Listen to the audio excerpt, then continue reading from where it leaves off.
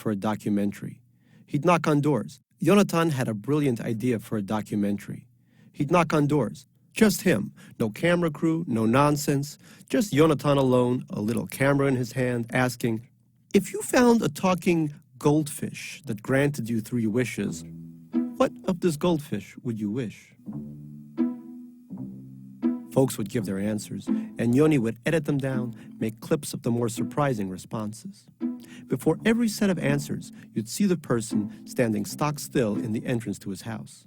Onto this shot, he'd superimpose the subject's name, his family situation, his monthly income, and maybe even the party he'd voted for in the last election. That, together with the wishes, and maybe he'd end up with some real social commentary. A testament to the massive rift between all our dreams and the often unpromising realities in which we live. It was genius, Yoni was sure. And if not, at least it was cheap.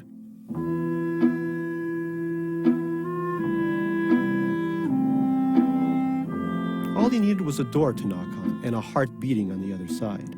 With a little decent footage, he was sure he'd be able to sell it to Channel 8 or Discovery in a flash.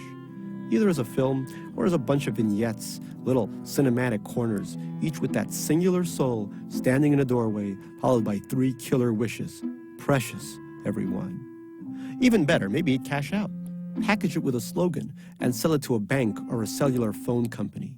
Maybe tag it with something like, "Different dreams, different wishes, one bank." Or, "The bank that makes dreams come true."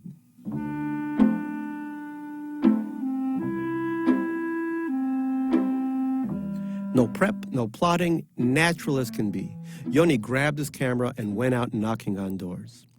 In the first neighborhood, the kindly folk that took part generally requested the foreseeable things: health, money, bigger apartments, either to shave off a couple of years or a couple of pounds. But there were also the powerful moments, the big truths. There was one drawn, wizened old lady that asked simply for a child. There was a Holocaust survivor, a number on his arm, who asked very slowly and in a quiet voice, as if he'd been waiting for Yoni to come, as if it wasn't an exercise at all. He'd been wondering if this fish didn't mind, would it be possible for all the Nazis left living in the world to be held accountable for their crimes? There was a cocky, broad-shouldered lady killer who put out his cigarette and, as if the camera wasn't there, wished he were a girl. Just for a night, he added, holding a single finger right up to the lens. And these wishes were just from one short block in one small, sleepy suburb of Tel Aviv. Yonatan could hardly imagine what people were dreaming of in the development towns and the collectives along the northern border, in the West Bank settlements and Arab villages, the immigrant absorption centers full of broken trailers and tired people left to broil out in the desert sun.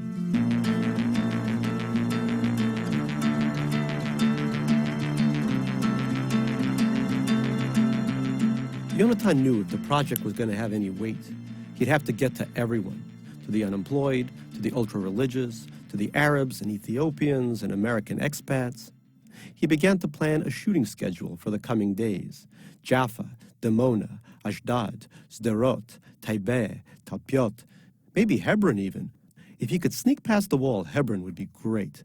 Maybe somewhere in that city, some beleaguered Arab man would stand in his doorway and, looking through Yonatan and his camera, looking out into nothingness, just pause for a minute, nod his head, and wish for peace. That would be something to see. Sergei Garalik doesn't much like strangers banging on his door. Less so is he amenable to it when those strangers are asking him questions. In Russia, when Sergei was young, it happened plenty. The KGB felt right at home knocking on his door. His father had been a Zionist, which was pretty much an invitation for them to drop by any old time. When Sergei got to Israel and then moved to Jaffa, his family couldn't wrap their heads around it. They'd ask him, "What are you looking to find in a place like that? There's no one there but addicts and Arabs and pensioners." But what is most excellent about addicts and Arabs and pensioners is that they don't come around knocking on Sergei's door. Like that. Sergei can get his sleep and get up when it's still dark. He can take his little boat out into the sea and fish until he's done fishing. By himself, in silence, the way it should be. the way it was. Until one day, some kid with an earring in his ear, looking a little bit homosexual, comes knocking. Hard like that, rapping at his door, just the way Sergei doesn't like. And he says, this kid, that he has some questions he wants to put on the TV. Sergei tells the boy, tells him in what he thinks is a straightforward manner, that he doesn't want it, not interested. Sergei gives the camera a shove to help make it clear. But the earring boy is stubborn. He says all kinds of things, fast things, and it's a bit hard for Sergei to follow. His Hebrew isn't so good. The boy slows it down, tells Sergei he's got a strong face, a nice face, and that he simply has to have him for this movie picture. Sergei can also slow down. He can also make clear. He tells the kid to off. But the kid is slippery, and somehow between saying no and pushing the door closed, Sergei finds that the kid is in his house. He's already making his movie, running his camera without any permission. And from behind the camera, still telling Sergei about his face, that it's full of feeling, that it's tender. Suddenly, the kid spots Sergei's goldfish, flitting around in its big glass jar in his kitchen. The kid with the earring starts screaming, "Goldfish! Goldfish!" He's so excited. And this really pressures Sergei, who tells the kid it's nothing, just a regular goldfish. Stop filming it. Just a goldfish, Sergei tells him. Just something he found flapping around in the net, a deep-sea goldfish.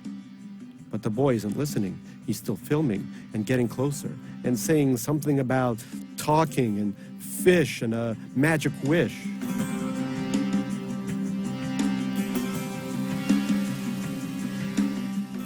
Sergei doesn't like this, doesn't like that the boy is almost at it, already reaching for the jar.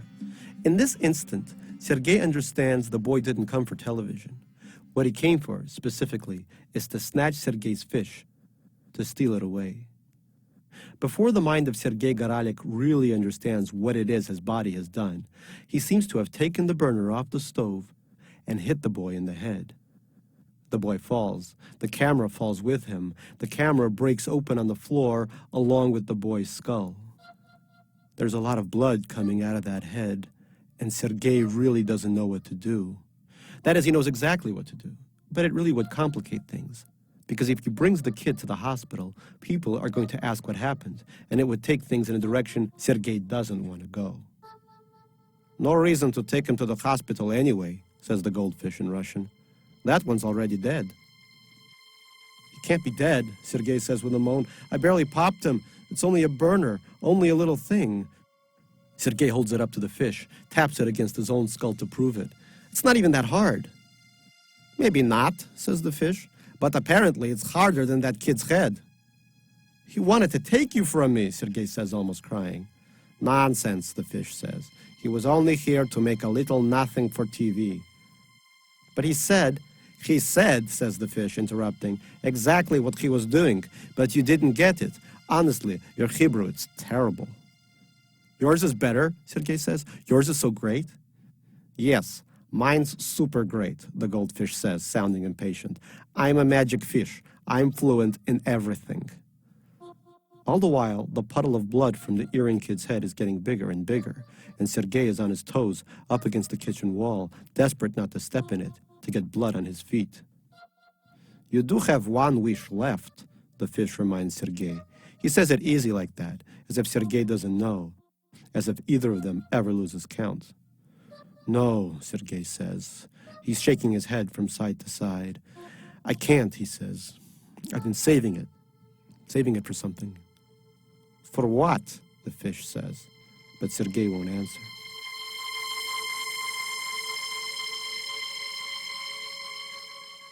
That first wish Sergei used up when they discovered a cancer in his sister, a lung cancer, the kind you don't get better from. The fish undid it in an instant, the words barely out of Sergei's mouth.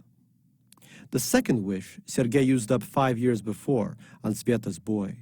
The kid was still small then, barely 3, but the doctors already knew. Something in her son's head wasn't right. He was going to grow big, but not in the brain. 3 was about as smart as he'd get. Sveta cried to Sergei in bed all night.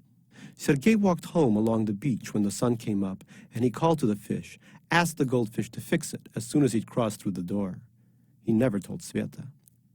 And a few months later, she left him for some cop, a Moroccan with a shiny Honda. In his heart, Sergei kept telling himself it wasn't for Sveta that he'd done it, that he'd wished his wish purely for the boy.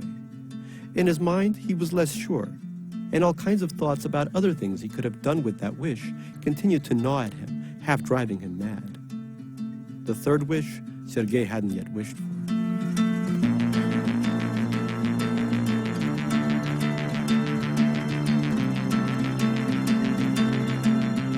I can restore him, says the goldfish. I can bring him back to life. No one's asking, Sergei says. I can bring him back to the moment before, the goldfish says, to before he knocks on your door. I can put him back to right there. I can do it. All you need to do is ask. To wish my wish, Sergei says, my last? The fish swishes his fishtail back and forth in the water, the way he does, Sergei knows, when he's truly excited. The goldfish can already taste freedom. Sergei can see it on him. After the last wish, Sergei won't have a choice. He'll have to let the goldfish go. His magic goldfish, his friend. Fixable, Sergei says. I'll just mop up the blood, a good sponga, and it'll be like it never was. That tail just goes back and forth, the fish's head steady. Sergei takes a deep breath. He steps out into the middle of the kitchen, out into that puddle. When I'm fishing, while it's dark and the world's asleep, he says, half to himself and half to the fish, I'll tie the kid to a rock and dump him in the sea. Not a chance, not a million years will anyone ever find him. You killed him, Sergei, the goldfish says. You murdered someone, but you're not a murderer. The goldfish stops swishing his tail. If on this you won't waste a wish, then tell me, Sergei, what is it good for?